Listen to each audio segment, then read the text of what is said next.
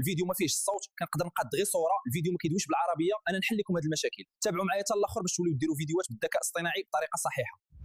اول حاجه ندخلوا لجوجل ونكتبوا ويسك وندخلوا لهذا الموقع الاول. هنا كيخصنا البرونت اللي غنمشيو نجيبوه من تشات جي بي تي.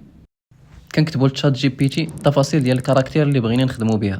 كما كتشوفوا طلبت منه انه يعطيني برومبت نعطيها الويسك باش يعطيني صوره عاليه الجوده.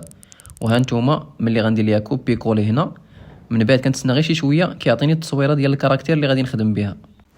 من بعد ما كنتيليشارجي عندي في التليفون ديالي، كنمشي مره اخرى لجوجل كنكتب اي اي ستوديو جوجل، وهنا كندخل لهذا الموقع. من بعد كنورك هنا ديال سبيش، وهنا كنختار انني بغيت هضره ديال واحد الشخص، وكنختار الشخصيه اللي بغيت نقاد بها الصوت. انا جيت اختاريت هذا، ومن بعد كنجي كنكتب هنايا مروكن دارجه، وكنكتب الحوار اللي بغيت.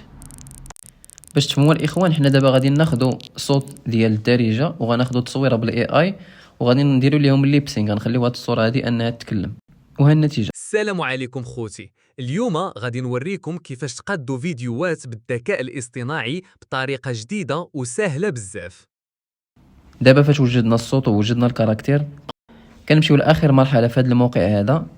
كنوركوا على اي اي افاتار جينيريتور، وهنا كنحطوا التصويره ديال الافاتار ديالنا، التصويره اللي اختارينا، وهنا كنختاروا الصوت اللي خدينا من داك الموقع الثاني ديال الدارجه. كنتسناو غير شويه وكتكون هذه هي النتيجه. السلام عليكم خوتي. اليوم غادي نوريكم كيفاش تقادوا فيديوهات بالذكاء الاصطناعي بطريقه جديده وسهله بزاف.